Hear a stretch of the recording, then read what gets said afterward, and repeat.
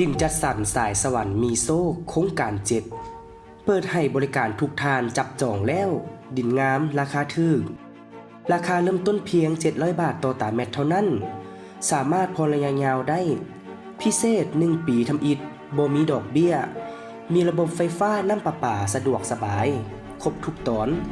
ดินอยู่ใกล้ตัวเมืองพิเศษอยู่ใกล้กับวิทยาคารเทคนิคการทหารอยู่กงกันข้ามกับโรงเรียนพิษสมรและเพื่อนพักหลัก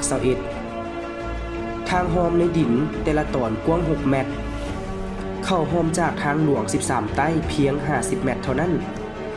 ดินจักสันตั้งอยู่บ้านโคกศรีวิไลเมืองไซธานีนครหลวงเวียงจันทน์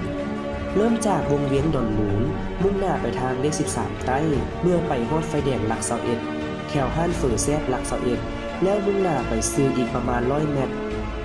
ทางจะเห็นห้องเข้าไปโครงการบ้านและเฮือนพักหลัก21แล้วเข้าห้องไปประมาณ50เมตรจะเห็นโครงการดินจัดสรรแบ่งขายอยู่เบื้องขวามือเลยสนใจติดต่อสอบถามเพิ่นได้ที่เบอร์020 55 50 3182และ020 977 77529นอกจากโครงการนี้แล้วพวกเขายังมีดินจัดสรรหลายๆโครงการอีกท่านสามารถติดตามได้ที่เพจ Facebook ดินจัดสรรแบ่งขายสายสวรรค์มีโซ่ขอขอบใจ